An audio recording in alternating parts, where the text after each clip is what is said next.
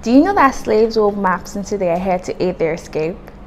Hello everyone, my name is Gabriella and you're welcome to the Sankofa Pan-Africa series. This topic is a really exciting one. We're going to be looking at how African hairstyles have influenced hairstyle culture today.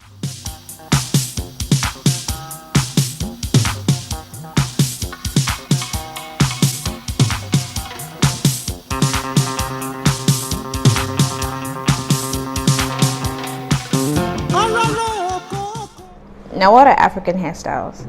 Well, that's a pretty self-explanatory term. African hairstyles are the unique and beautiful ways that Africans style their hair, obviously. So now these hairstyles were developed to cater to the varying hair textures across the continent. They are beautiful, they are versatile, and they can be styled in so many different ways. From braids to cornrows to hair adorned with ornaments like beads, they are such an excellent depiction of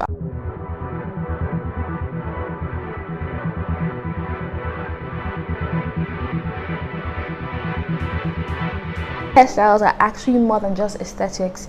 In pre-colonial Africa, hairstyles held social significance, and in some African cultures, they still do. They depict age, social status, economic status, and even geographical location. A perfect example is the Wolof culture in Senegal, where young girls would partially shave their heads as an outward sign that they were not courting. Another example is the Karama people of Oyo State in Nigeria. They are known for their unique coiffure, which is a shaved head with a single tuft of hair left at the top. Another hair tradition that is practiced in a lot of African cultures is where widowed women would pay little or no attention to their appearance, including their hair, to not appear attractive to other men and as a sign that they were in mourning. Now, I'm about to drop some more history. During the period of slavery in Southern America, hairstyles were a powerful mechanism for survival and even freedom. Slaves were prevented from communicating with one another. They weren't allowed to learn how to read and write, but they found a very crafty, unique way to communicate with their hair. San Basilio de Palenque is a village in northern Colombia that was founded by Benco Piojo. Now, Benco Piojo was an escaped slave who had been a king in Africa. Now, his family ruled over what is now known as Guinea-Bissau. Benco was sold several times before escaping and starting San Basilio de Palenque, which became a harbor for escaped slaves. Now, Benco was a pretty interesting man. He had an army and even developed an intelligence network that particularly utilized women. Now, female slaves weren't checked upon as frequently or as often as their male counterparts, and they were allowed to wander more freely. So while they were wandering, they were actually mapping out escape routes. Those escape routes were now woven into their hair, and parts were formed with the cornrows, and these helped a lot of slaves escape and find freedom. San Basilio de Palenque now has about 3,500 inhabitants and is still the only city that was founded by slaves that is still standing in Colombia. Tourists who visit the village could have these authentic hairstyles recreated by women who are still in the town.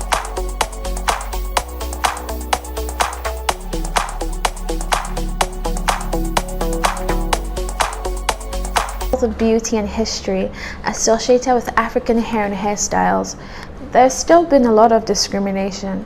From choosing to wear hair natural to embracing authentic African hairstyles, Africans in diaspora have faced a lot of prejudice for these choices. Sometimes this discrimination even comes from African communities. Hairstyles like dreadlocks have been frowned upon in a couple of African communities. African American women in the places of work, from media to fitness, have sometimes been suspended or even fired for choosing to embrace authentic African hairstyles. This discrimination has gone on for so long, and just very recently the law stepped in. In July 2019, California became the first state to see the unanimous passage of a bill that places a ban on all forms of hairstyle-based discrimination, and this bill is called the CROWN. Now, CROWN stands for Create a Respectful and Open Workplace for Natural Hair. Policies that discriminate against hairstyles are a harmful form of racial discrimination that are on the books in a lot of workplaces and schools. These policies prohibit African American hairstyles in the name of professionalism, and they have roots in white supremacy. Now, hair regulations date back to Louisiana in the 1700s, where women of color, enslaved and free, were required to cover their hair to show they were in a lower class. This act means that women of color can wear their natural hair and African hairstyles without coming under any discrimination in their workplaces or at their school. New York became the second state to pass its own Crown Act later the same month, and New Jersey passed a Crown Act in December 2019. Crown Coalition reports, Crown Coalition actually is a growing alliance of businesses and civil rights groups, and it reports that 22 more states have stated an intent to introduce variations of the Crown Act. Also, federal legislation has been introduced by Senator Cory Booker to see a complete end to all forms of hairstyle-based discrimination. Amidst the prejudice, people of African descent have continued to wear these hairstyles with poise and confidence. The most popular of these choices include braids. Now, braids have been observed in cultures around the world, but there's no doubt about the intensity of the trend in African cultures. Cultures like the Himba people of Namibia have been known to embrace braids and locks. Now, the hairstyle dates back to ancient Egypt in about 3500 BC. It's more than styling. It's used for ethnic identification and social classification. Celebrities who have embraced this hairstyle include Beyonce, Lupita Nyong'o, Gabrielle Union, but to mention a few. Another example is cornrows. History can show that cornrows originated in Africa, but many lack the reason as to why. They were used to show the ethnic group you belong to. Cornrows can be worn by both genders and date back to about 3000 BC for women and the 19th century for men, particularly in Ethiopia.